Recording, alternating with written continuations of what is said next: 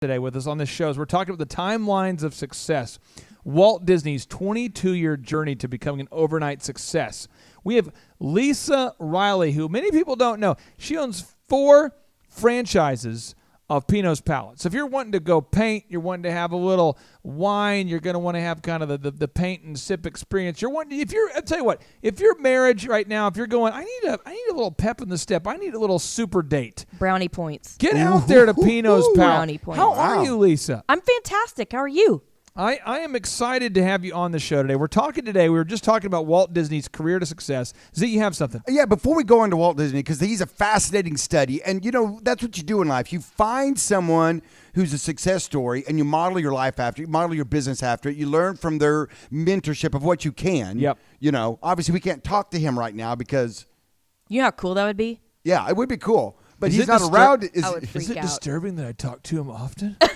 But I tell you what, Forbes says 57% of the people out there right now want to start their own business. Right. And I think there's a little nugget that we need to unpack from earlier. We may want to do it in this segment or maybe a segment to come. But Lisa's little pearl of nugget of going into a Pinot's Palette. Where was it? Houston? Where was that? You didn't say Houston. where. That's where they're based Yeah, out of. they weren't franchised. They were just someone's little mom and pop shop down there doing their thing, painting, sipping some wine, drinking a cold brew, doing their thing, right? Right. And she said, I can do this better. I can do this. I can do this. I can do this. And then through a series of time and events, 7 months, 1 year later, boom, she has now 4 of them opened up in Tulsa. 5 years later now, success story. I want to be negative. Okay, Nancy. I want to be negative okay, because Nancy. here's the thing: is 1922, at the age of 21, Walt Disney gets $15,000. Okay, to take his company Laugh-O-Grams all right, to the next negative, level. Nancy, come on, bring it. So in today's dollars, that's worth $211,000. He takes the money, All right. and then he goes bankrupt. Oh, that's bad. Learning experience. He loses it all. Fell forward. So Walt decides to now move to Hollywood to become a director, and he ended up starting the Disney Brothers studio, this time with his brother Roy. Now, just throwing it out there, how does it feel emotionally when you go out there and you try something that doesn't work? Now, I'm going to tell you this. I am one of those rare breed entrepreneurs where if something doesn't work the way I wanted it to, I just keep coming back. And see, I have a Patriot story for you. You know the definition of insanity, right? Clay Clark. Keep doing the same thing over and over again, expecting a different result. Now, here's the deal. Now, I call this a move. It's called the Lean Startup Method. It's actually a move. It's called it's a book called Lean Startup. It's by Eric Ries. The point is, what you do is you define, step 1, then you act, step 2, then you measure, step 3, and you refine. Now, we're in this digital age where you can do that very fast now. You can run an ad, get the feedback, move, pivot, boom. But the other day, I was watching the Patriots games. I was watching, and Blunt, LeGarrette Blunt. He's got the ball. He's trying to get into the end zone. And he's realized that there's no hole open here. There's no hole open there. He just keeps running down. He's running like horizontal. Like he's supposed to run north and south. He's running east and west. He's just trying to get into the end zone, keeps trying. And he finally gets in, but he just won't stop turning his legs. And I really do believe there's a certain hustle that you need to be successful. So I want to ask you this, Lisa. You're listening to the Thrive Time Show on Talk Radio 1170. Were there ever times when you were growing Pinot's Palette where you felt like it wasn't going to work out, like you weren't going to make it, like you're going, holy crap, how am I going to get a customer in the door? Because now obviously you're booming, things are successful, we're on the other side talking about success. Did you ever feel stressed out? Oh my God. First of all, if you are an entrepreneur and you don't sleep at night, you're not. Every entrepreneur I know has a moment where they're like, crap, did I do the right thing? What am I doing? I remember laying in bed at night and my husband would roll over in the middle of the night and he'd go, I can hear your brain thinking. I can hear your brain churning. Wow. Because you are not sleeping. All you're doing is stressing out. What are you stressed out about? And I'm like, what if people don't show up to paint? Tulsa has never seen this concept before. What if people don't embrace it? What if they don't know what to do with this concept? And I knew, I don't want to give away secret sauces, but I knew I had to get it in front of cool people. I knew I had to get it in front of influencers, people that would show what they did, that had a good time, that would all of a sudden get it out there in the media. Wait a minute. So you were stressed. I was beyond stressed. I didn't sleep. Now, I took it. So this I'm not sure I still do. Well, in 1924, Walt starts to hire animators.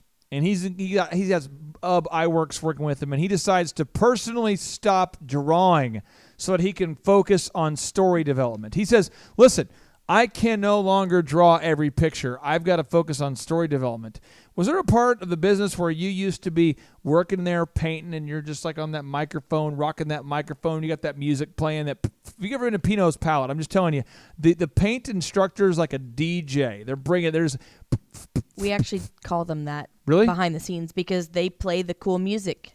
I'm just So- telling you, it's fun. It is exciting. Was there ever a time where you had to transition from being Absolutely. the instructor to now kind of the manager? Well, talk to me about some of those early moves you had to make. So one of the first things I did when I first opened was I didn't have money to pay that many people, so I was the studio manager, I was the janitor, I was the accountant, I did everything. Boom, you did it all. I did.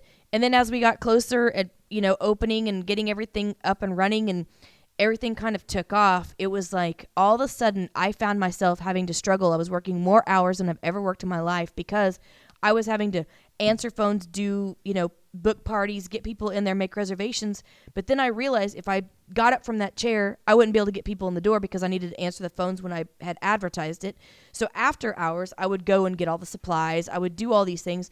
And then it dawned on me, what if I hired an employee? What if you hired somebody? What if I hired somebody? Person? I hired somebody and had them answer the phones, and I teach them how to do it. Yes. It And could provide you time freedom. I mean, the light shone down. What if they screw up?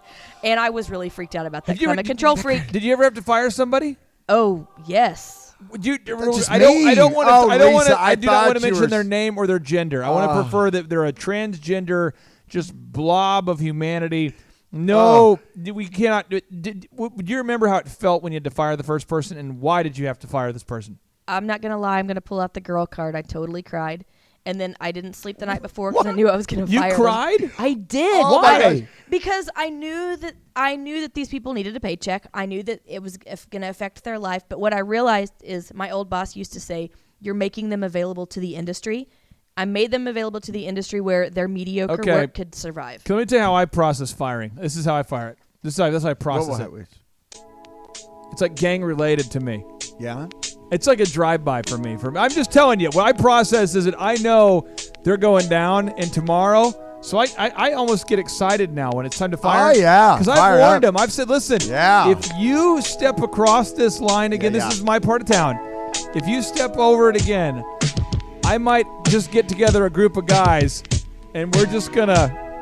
I'm just telling you, and it's a little bit hood, a little bit ghetto, but I'm just telling you, I actually now, today, I'm telling you, I actually get excited when I know I have to fire somebody. I'm so tired of that crap. I'm so tired of jackassery, no work ethic. Oh, I my know what God. Preach. I'm just telling you, people. Reach. Today I call a guy. He says he's been working in the office 4 days. 4 days. Day 2, I don't know if I can come in today. I'm not feeling good. At noon, he says, can I come in and get my check? What? You're okay to get your money, but you can't Day get 4? out. Day 4, he says he can't come in, not feeling good. It's unbelievable. I had to as a lead pipe, John Kelly. Let this guy go. Unbelievable. I felt good about it too. I felt good. It was like cleansing my colon, Z. I mean, just like whack-a-mole. It's like that whack-a-mole game at Dave & Buster's. Whack-a-mole. When we come back, we're going Feeling to good wax about more it. moles. Oh, my. Broadcasting from the center of the universe, featuring optometrist turned entrepreneur, Dr. Robert Zellner, and U.S. SBA Entrepreneur of the Year, Clay Clark. This is the Thrive Time Show on Talk Radio 1170. Hello, Thrive Nation, Oklahomies. Welcome back to the left coast of the Arkansas River to the Thrive15.com world headquarters. And deep inside the bowels of the Thrive15.com world headquarters, you will find the Audio Dojo of Mojo, known as the Studio, where I am joined here today with a man who is just... if you're on Facebook Live right now, you understand why many people are happy to be alive. It's visual beauty. It's Dr. Robert Zellner. Sir, how are you? I am fantastic. Happy Monday, everybody. And we have, talking about visual eye candy, Yeah. we've got a fun box Well, yes. contraption We're working that on we're it. going to unleash very soon. I call it the box that rocks. You're calling it the fish bowl. There's a little bit of a debate going on right now. Maybe it's got maybe we should combine them. The fish box? The fish box, the Well, it's a beautiful bowl thing. that rolls, What's or- happening is so many people all around the world, honestly, are reaching out. They're wanting to come to these workshops we do. Yep. And they're going, I talked to a guy. I didn't tell you about this. I talked to a guy today who lives in Hawaii. Hawaii, hang loose, baby. He signed up for a year to Thrive15.com, our Yep, online school, and true story. And he says, hey, by the way, one of his clients, guess who one of his clients is? Kleiner Perkins. Oh my gosh. The guys who are like the top VC firm. Yeah, for yeah, fun. yeah. He lives in Hawaii helping install like top line AV gear. He lives out there, top flight entrepreneur, and he says, hey, I want to come out to Tulsa to one of your workshops. The thing is, people, once they understand that you actually own an auto auction, that I actually own a series of men's grooming lounges, that you actually own an optometry clinic, that I'm actually involved in a photography business, that we actually have real businesses, they go, I want to learn more about that. So we made the box that rocks so you can see transparently our team at work building things we do. And it's just kind of more of a fun way for Thrivers to experience the Thrive Time show. Yeah, it's going to be fun little eye candy, and we're going to unleash that soon, so stay tuned. So for those of you that come on Thrive15.com and watch these shows that we're taping for you right now, or those of you that are watching on Facebook Live, we're going to have a little eye candy for you later on down the road. And I'm going to tell you this, if you're listening right now and you want your own box that rocks for thousands of dollars, you too can have your own box that rocks. That's just it. Now, we have a very special guest today, Now, Z, have you ever wanted to go painting and have maybe an adult beverage while painting? Yes, and I told you my childhood story of watching, Bob on the weekends and VHS and his show, and then painting the little happy trees. Have and you ever and found all the yourself things. looking for a great thing to do, a great fun experience on the weekends? Have you ever found yourself going, I long for a fun experience, a place where I could paint like Bob Ross, but listen to great music? Yeah, that's one thing that upsets me is that people that are in Northeast Oklahoma, in Tulsa, sometimes I hear them say, there's nothing to do. Well, there's something to do. There's I'll tell you what, there's something to do something now. to do. You need to get on over there to Lisa Riley's Pinot's Palette. Now, Lisa, can you tell us where people can find out more about where you're located? Yeah, well, you can find out about where our classes are on pinospalette.com, but we have 3 brick and mortar locations. One is at Cherry Street, one is at the Jinx River Walk, and one is at Main Street BA, Broken Arrow. We're talking about the timeline today of Walt Disney's life. And one of the things that Walt Disney did, and a lot of people don't realize this, is he started a business, but then he lost it all, okay? So he started this business, he loses it all. So then he decides, okay, I've lost it all. So I'm going to go ahead and I'm going to team up now with my brother. So he teams up with his brother, and they start a business. It starts doing well. 1924, Walt hires animators, including iWorks, and decides to personally stop drawing so he can focus on the story development. Well, in 27, a film producer by the name of Charles Mintz, remember that name, Charles Mintz, contracted Walt Disney Studios to create a series of animation films based on a character that Walt developed. Now, a lot of people think of Mickey Mouse, but the character he developed was Oswald the Lucky Rabbit. That just rolls off the tongue, doesn't it? This is Oswald. Now, here's the deal. This is his first character that he develops that's successful. It's the first one that's commercially viable, Z. And do you know what happens, Z? He goes on to fame and fortune and No. ends up with Disneyland. No. See, Sorry. Charles Mintz, he owns the rights to the cartoon. And as Oh. the series succeeds, he says, hey, I want to take over the character. No big deal. Walt Disney says, this is his notable quotable. He says, all the adversity that I've had in my life, all my troubles and obstacles have strengthened me.